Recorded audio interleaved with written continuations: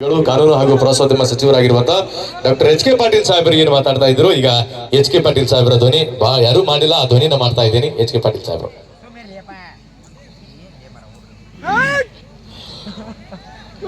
ಬಂಧುಗಳೇ, ನೀವೇನು ಇವತ್ತು ನಮ್ಮ ನೀಲಪ್ಪ ಕುಂಬಾರವರ 25ನೇ ವರ್ಷದ ಪುಣ್ಯಸ್ಮರಣೋತ್ಸವ ಕಾರ್ಯಕ್ರಮವನ್ನು ಹಮ್ಮಿಕೊಂಡಿದ್ದೀರಿ. ನಿಜವಾಗ್ಲೂ ಇಲ್ಲಿ ಮನುಷ್ಯ ಇಲ್ಲಾಂದ್ರೆ ಏನಾಯ್ತು, ಅವು ಹಾಕಿಕೊಟ್ಟಿರುವಂತಹ ದಾರಿಯನ್ನು ನಾವು ಸಾಗಿಸ್ತಾ ಹೋದ್ರೆ ನಾವು ಸಮಾಜಕ್ಕೆ ಬೆಳಕಾಗ್ತೀವಿ ಅಂತೇಳಿ ತೋರಿಸ್ಕೊಟ್ಟವ್ರು ಯಾರಂದ್ರೆ ಅದು ನೀಲಪ್ಪ ಕುಂಬಾರವ್ರು.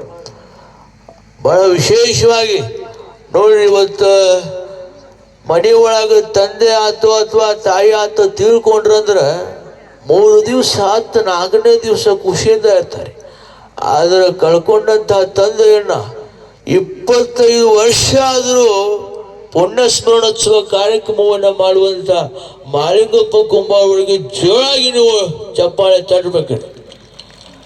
ಅದರ ಜೊತೆಗೆ ಇವತ್ತು ನಮ್ಮ ಪರಮ ಆಪ್ತರು ಸಹೋದರ ಸಮರಾಗಿರ್ತಕ್ಕಂಥ ಅವರು ಅಧಿಕಾರ ಅಂತಂದ್ರೆ ಅವರು ಅಧಿಕಾರದಾಗ ಇರಲಿ ಬಿಡಲಿ ಜನಸೇವೆಯನ್ನು ಮಾಡೋಕೆ ಮುಂಜಾನೆ 5 ಗಂಟೆಗೆ ಎದ್ದು ಅವ್ರ ಕೆಲಸ ಆರಂಭ ಮಾಡ್ತಾರೆ. ಹಾಗಾಗಿ ದಣಿಯವರಾದ ದಣಿ ಕಾಯಕವಾಗಿ ಸನ್ಮಾನ್ಯ ಶ್ರೀ ಸೈಯದ್ ಅಜ್ಜಂಪೀರ್ ಖಾದ್ರಿ ಅವರಿಗೆ ಚಪ್ಪಾಳೆ ನೀವೆಲ್ಲ ತಟ್ಟಿ ಅವ್ರಿಗೆ ಅಭಿನಂದನೆಗಳನ್ನ ಸಲ್ಲಿಸ್ಬೇಕಂತ ಹೇಳ್ದ. ಎಲ್ಲರಿಗೂ ಒಳ್ಳೆಯದಾಗಲಿ. ಮುಂಚಿತವಾಗಿ ನಿಮ್ಗೆಲ್ಲರಿಗೂ ಯುಗಾದಿ ಹಬ್ಬದ ಹಾಗೂ ರಂಜಾನ್ ಹಬ್ಬದ ಆರ್ಥಿಕ ಶುಭಾಶಯಗಳು ಹೇಳುತ್ತಾ ಎಲ್ಲರಿಗೂ ನಮಸ್ಕಾರ.